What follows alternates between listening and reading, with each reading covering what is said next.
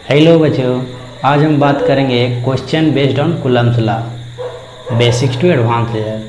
होता क्या है बच्चों, कूलम्ब्स लॉ बहुत लोग पढ़ लेते हैं और देखने में बहुत सिंपल लगता है कि एक फार्मूला होता है F बराबर के Q1 Q2 by R square, लेकिन इसके ऊपर क्वेश्चन जो होते हैं वो नहीं होते हैं। तो हम इसमें क्या करेंगे, इस सीरीज में कूलम्ब्स लॉ के ऊपर जितने सारे क्वेश्चन हैं हम सारे को सारे डिस्कस करेंगे बेसिक्स टू एडवांस लेवल। बेसिक्स का मतलब बोर्ड लेवल, सीबीएसई बोर्ड या बिहार बोर्ड या any other state board, to advance level. Advance level का मतलब आईआईटी जेई लेवल या फिर जेई मेंस लेवल या फिर नीट मेडिकल के लिए जो होता है।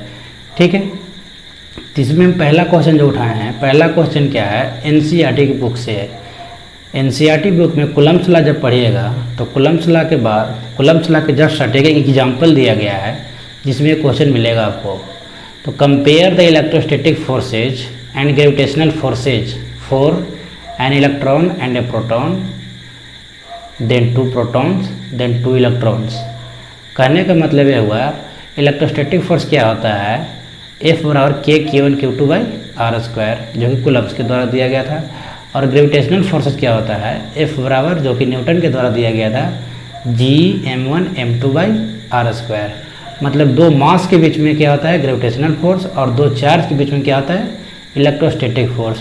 इलेक्ट्रोस्टैटिक फोर्स हमारा क्या होता है, अट्रैक्टिव भी हो सकता है, रिपल्सिव भी हो सकता है। अट्रैक्टिव कब होगा, जब दो चार्ज अलग अलग साइन के हो, मतलब अनलाइक चार्जेज।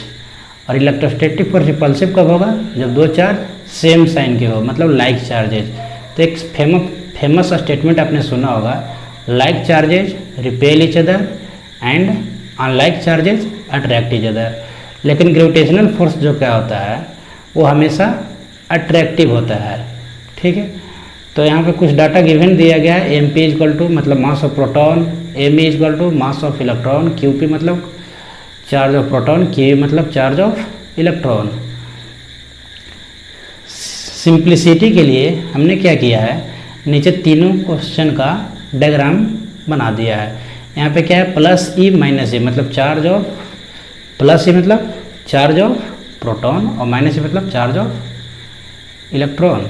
और एम पी एम मतलब mass of proton, mass of electron, मतलब दोनों के बीच में दूरी क्या है, आर है। और हमको निकालना क्या है, एफ ई बाई एफ जी।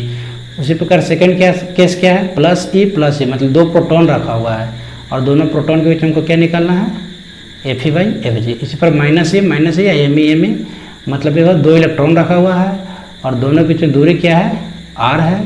यहाँ पे आर छूट गया दूरी, दोनों के बीच दूरी क्या है, आर है। और इसमें भी हमें एफ ई बाई एफ जी निकालना है। कंपेरिजन का मतलब क्या हो कि एफ ई बाई एफ जी कुछ रेशियो आएगा, तो हम यहाँ से हमको ये पता चलेगा कि एफ ई एफ जी में कौन बड़ा है और साथ में कितना गुना बड़ा है, कितना टाइम्स बड़ा है या कितना टाइम्स छोटा है, ये भी पता चलेगा। ठीक है, तो हम इस वीडियो को यहीं तक एंड करते हैं। नेक्स्ट सीरीज में देखेंगे इसकी सॉल्यूशन।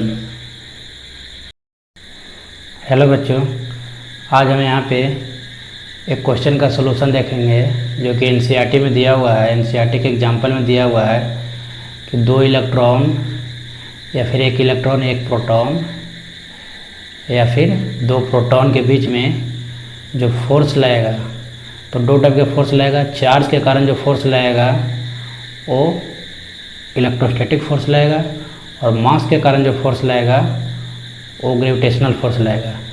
तो इलेक्ट्रोस्टैटिक फोर्स और ग्रेविटेशनल फोर्स को कंपेयर करना है। तो पहला केस देखिए क्या है, प्लस ई माइनस ई मतलब एक प्रोटॉन और एक इलेक्ट्रॉन रखा हुआ। दूसरा केस क्या है, प्लस ई मतलब दोनों प्रोटॉन है। और तीसरा केस क्या है, माइनस ई मतलब दोनों इलेक्ट्रॉन है। मास भी दर्शाया हुआ है, M P M E, M P M P, M E M E. तो यहाँ पे देखिए एम पी और एम ई में यहाँ दिखाया हुआ है F G is equal to attractive, F G is equal to attractive, F G is equal to attractive. तीनों केस में एफ जी मतलब ग्रेविटेशनल फोर्स क्या है, अट्रैक्टिव है। कहने का मतलब यह हुआ कि ग्रेविटेशनल फोर्स मतलब मास और मास के बीच में जो फोर्स लगेगा वो हमेशा अट्रैक्टिव होगा। लेकिन चार्ज के बीच जो फोर्स होगा, इलेक्ट्रोस्टैटिक फोर्स, जो कि कूलम्ब्स लॉ के द्वारा दिया गया था, वो अट्रैक्टिव भी हो सकता है और रिपल्सिव भी हो सकता है। रिपल्सिव कब होगा, जब सेम चार्ज होंगे, लाइक चार्जेज, मतलब प्लस ई दोनों सेम चार्ज है, मतलब दोनों प्लस साइन है, या माइनस ई दोनों सेम साइन है, इसलिए रिपल्सिव है। सेकेंड और थर्ड केस में क्या है, रिपल्सिव है, दो प्रोटॉन के बीच में या फिर दो इलेक्ट्रॉन के बीच में। लेकिन फर्स्ट केस क्या है, एक प्रोटॉन है एक इलेक्ट्रॉन है, प्लस सी और माइनस सी दोनों में जो क्या है अट्रैक्टिव है। तो तीनों डायग्राम से बताया गया है और एफ इलेक्ट्रिक निकाला हुआ है। फर्स्ट केस देखते हैं, F electric K plus E into minus E, मतलब K Q1 Q2 by R square. उसी तरह F G M1 M2 by R square, तो M1 इज MP और M2 इज ME बटा में R square. F E by F G निकाला हुआ है, कैलकुलेशन करोगे तो K square by GMP into M. यहाँ पे माइनस साइन को हटा दिए हैं, माइनस साइन बस ये दिखा रहा है कि जो हमारा जो इलेक्ट्रोस्टैटिक फोर्स होगा अट्रैक्टिव होगा, तो माइनस साइन को नहीं लेना है हमको, बस मैग्नीट्यूड देखना है, इसलिए माइनस साइन को हटा दिए हैं। तो यहाँ पे F E by F ji calculation करोगे के स्क्वायर GMP ME, के का वैल्यू पुट करोगे, ऊपर में एक वैल्यू टेबल डाला गया है बॉक्स करके, के बराबर 9 इंटू 10 के पावर 9 न्यूटन मीटर स्क्वायर पर कूलम स्क्वायर, जी बराबर 6.67 गुना 10 के power minus 11 newton metre square पर के square, MP is equal to 1.67 गुना 10 के पावर माइनस 27 kg और ME इज इक्वल टू 9.11 गुना 10 के पावर माइनस 31 kg और E is equal to 1.6 into 10 के पावर माइनस 19 कूलम। ठीक है, वैल्यू पुट करोगे तो ये आएगा 2.4 इंटू 10 के पावर 39।